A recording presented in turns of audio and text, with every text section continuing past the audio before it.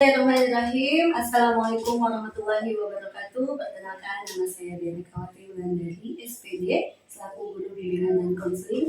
Dan kali ini saya saat ini sedang menjadi peserta PPG Piloting tahun 2024. Kebetulan di sekolah kami sedang ada anak yang sedang magang dan jurusannya dari jurusan psikologi. Saat ini saya akan berupaya untuk mensosialisasikan terkait pengantar pendidikan anak berkebutuhan khusus.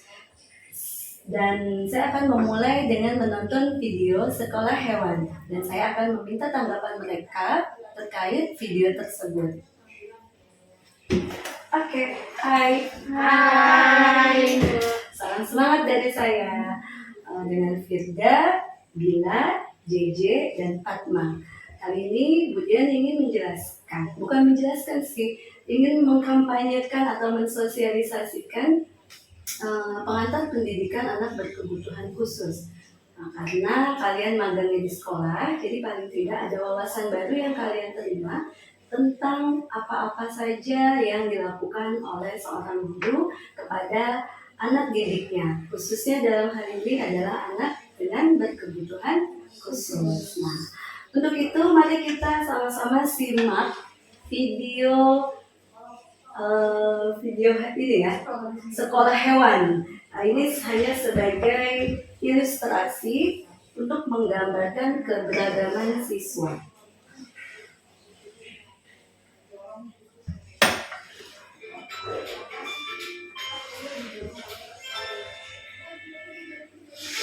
Ibu dan bapak jauh bergerak. Hutan adalah salah satu tempat hidup dari aneka ragam hewan dan makhluk hidup lainnya. Hutan, maka kamu akan mendirikan sebuah sekolah. Semua anak-anak hewan yang ada di hutan diwajibkan untuk bersekolah. Tanggapan masyarakat hutan setelah hutan yang sangat jauh kewajiban anak-anak harus bersekolah sangatlah.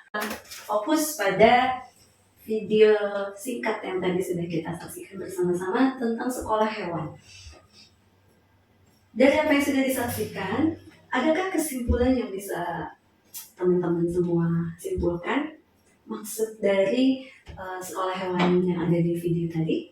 Udah dulu. Oke, silakan. Oke, kalau dari aku sendiri, tadi kan banyak banget macam-macam hewannya kan. Dari yang pertama ada tupai, ada ular, terus ada bebek dan lain sebagainya. Jadi yang menurut yang aku tahu dari video yang telah aku tonton dan aku simpulkan bahwa setiap hewan itu memiliki potensi dan memiliki kebiasaannya masing-masing. Kayak misalnya contohnya bebek, dia jago banget dalam berenang tapi dia nggak punya nilai untuk lari dan makanya nilai lari dia tuh jelek. Terus sehingga dia jadi harus lebih sering latihan lari, terus dia mengurangi jam kesukaannya dia buat berenang, tapi kaki dia robek gitu. Contoh juga kayak tupai tadi jatuh gitu kan, karena dia gak bisa untuk terbang karena dia jago untuk memanjat gitu. Mungkin yang lain bisa ditambahkan, Bu. Oke, ada lagi yang menanggapi? Kalau menurut aku sih sama kayak JJ. Jadi setiap hewan itu kan dia punya potensi masing-masing. Misalnya kayak burung dia cuma bisa terbang tapi dia nggak ada yang dia nggak bisa. Terus misalnya yang hewan-hewan lain tuh juga dia punya kebiasaan sendiri yang itu sebagai nilai plusnya diri dia. Dan ada hal yang dia nggak bisa. Itu sih.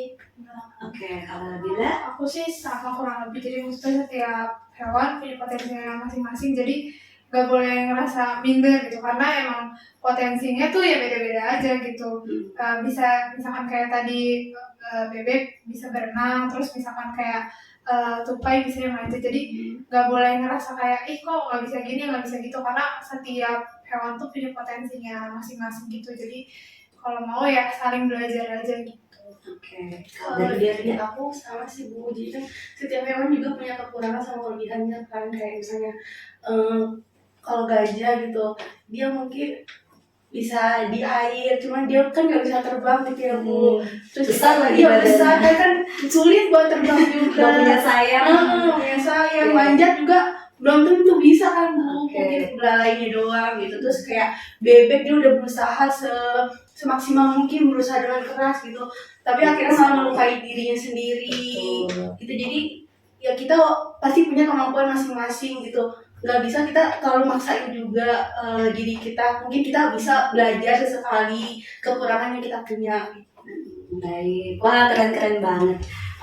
tanggapannya terkait video tadi. Baik, sekarang coba kalau kita kaitkan video tadi itu dengan kurikulum di sekolah manusia. Tadi kan sekolah hewan, di sekolah manusia.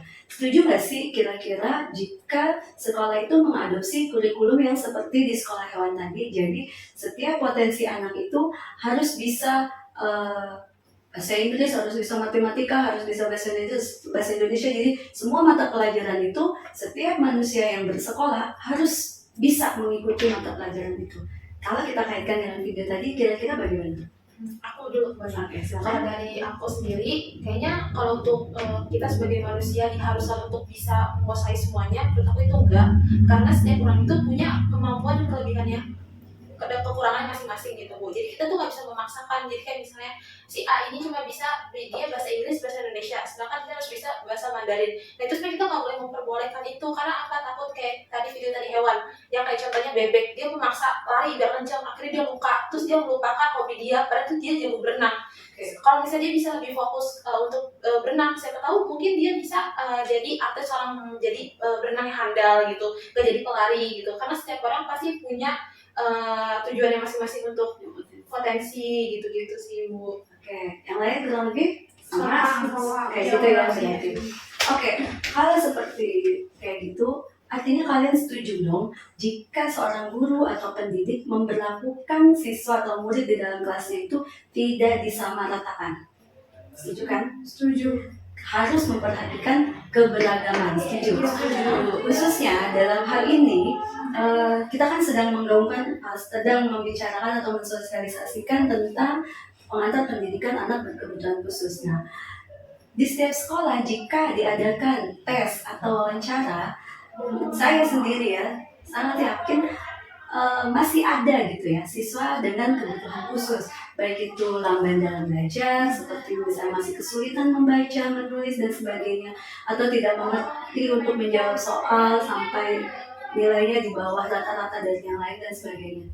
Biasa disebut kita slow learner. Itu aja sudah mengindikasikan bahwa murid tersebut memiliki kebutuhan khusus. Nah, artinya kedepannya jika memutuskan untuk menjadi seorang guru, berarti kalian setuju nih jadi seorang guru atau pendidik yang mampu mengakomodasi peserta didik dalam pembelajarannya. Setuju? Setuju. Kita nggak tahu ya kedepannya.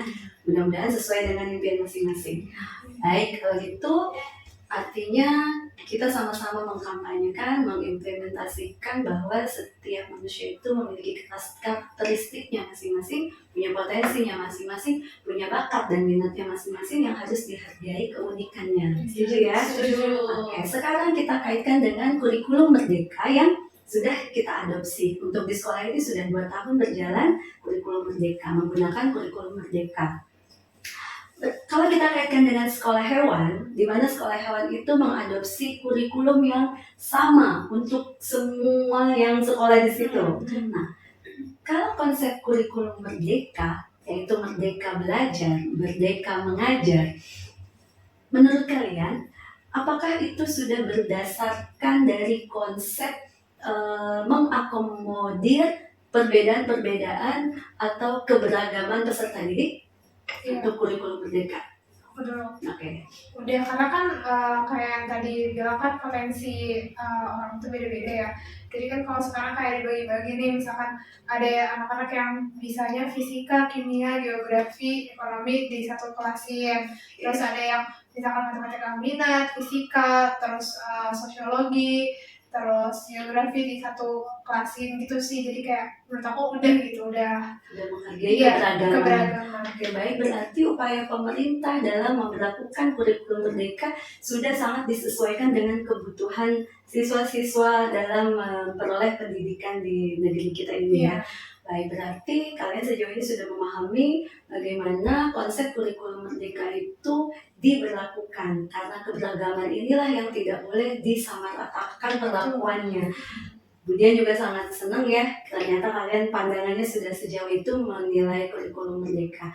Dan mungkin dengan pembagian mata pelajaran yang dikelompokkan dalam paket mata pelajaran, itu juga justru mendorong mereka bersaing, berkompetisi dengan orang-orang yang memang suka di mata pelajaran itu, justru itu persaingannya akan lebih sehat ya dan sangat ketat. Jadi akan membantu mereka berproses menjadi murid dengan akademik yang sangat bagus gitu ya. Nah, di dalam kurikulum Merdeka ini juga ada yang namanya profil pelajar Pancasila. Pernah dengar? Oh, ini baru dah. Profil pelajar Pancasila, di mana di sana akan ditekankan dimensi-dimensi yang kalau dulu bilangnya karakter ya. Kalau di pusat kurikulum itu ada 18 karakter positif yang harus diberikan atau diinternalisasikan ke murid-murid. Nah, kalau di profil pelajar Pancasila ada 6 dimensi. Salah satunya itu ya ketuhanan yang Maha Esa gitu ya. Terus ada berpikir kritis, gotong royong, terus berkebinekaan global gitu. Nah, itu disatukan dalam satu kegiatan yang namanya P5, Proyek Penguatan Profil Pelajar Pancasila. Jadi di kurikulum Merdeka ini penguatan karakternya ada, terus memberikan kesempatan kepada anak-anak secara beragam dan memilih apa yang mereka minati juga terakomodir di sini. Artinya kurikulum Merdeka pada saat yang sekarang diberlakukan sudah benar-benar memperhatikan itu semua. Nah, kedepannya nih, kalau kalian jadi seorang pendidik, setuju nggak kalau anak-anak berkebutuhan khusus itu sekolah di sekolah reguler? Aku setuju. Karena Kenapa? menurut aku kalau sekolah reguler itu udah maksudnya maaf untuk siswa-siswi yang emang normal, yang emang fokus untuk nggak ada kebutuhan khusus. Kalau untuk kebutuhan khusus itu harus fokus kepada sekolah yang kebutuhan khusus, karena takutnya nanti akan ada pembulian atau ada nanti siswanya nggak nyaman atau nanti guru yang kurang sabar. Karena menurut aku yang jadi pendidik itu pasti pembelajarannya itu beda, kayak kita belajar sama anak-anak yang berkebutuhan khusus gitu, caranya dan metodenya itu beda. Takutnya kalau disamain sebelah sini jomplang, sebelah sini jomplang, jadi nggak nyaman. Jadi lebih baik di tempat yang emang seharusnya dibutuhin gitu. Oke, bagus ya jawabannya. Tapi di sini Bu Dian akan kasih tambahan wawasan lagi bahwa memang ada peraturan perundang-undangan yang membenarkan sekolah menerima anak berkebutuhan khusus dengan maksimal 1 kelas 1 anak. Oke, jadi kalau JJ tidak setuju karena dikhawatirkan dia tidak dapat diberikan kelayakan dalam pendidikannya, pembelajarannya. Oke. Oleh karena itu, kenapa disosialisasikan pengantar pendidikan anak berkebutuhan khusus? Gunanya adalah untuk mempersiapkan juga SDM yang ada di sekolah, khususnya pendidik, untuk bisa mengakomodasi peserta didik yang sekiranya terindikasi memiliki kebutuhan khusus. Nah, dengan pembelajaran yang seperti inilah, semakin kita menghargai perbedaan, semakin kita menghargai keberagaman.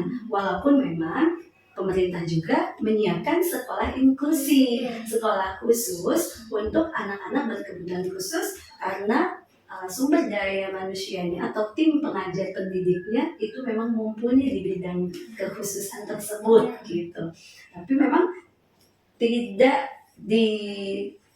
bukan berarti tidak boleh menerima, tetap boleh, hanya kita harus benar-benar mampu memberikan pendidikan yang layak, sama rata, dan bisa mengakomodasi pengajaran dengan perubahan pengajaran yang diberikan kepada anak yang berkebutuhan khusus. Kedepannya jika jadi pendidik dan menemukan siswa di kelas ada yang berkebutuhan khusus, kalian harus siap mengakomodasi itu, menyesuaikan pengajaran yang kalian berikan kepada anak-anak didik kalian. Jadi kesimpulannya, negara kita sudah benar-benar memperhatikan, walaupun masih ada kekurangan, itulah yang menjadi pembelajaran untuk perbaikan ke depannya. Mungkin itu saja sharing kita hari ini. Terima kasih banyak kakak-kakak magang, ini luar biasa sekali. Oke, terima kasih. Sekian sharing santai diskusi kita tentang sekolah hewan yang dikaitkan dengan kurikulum Merdeka dan profil pelajar Pancasila. Terima kasih. Wassalamualaikum warahmatullahi wabarakatuh.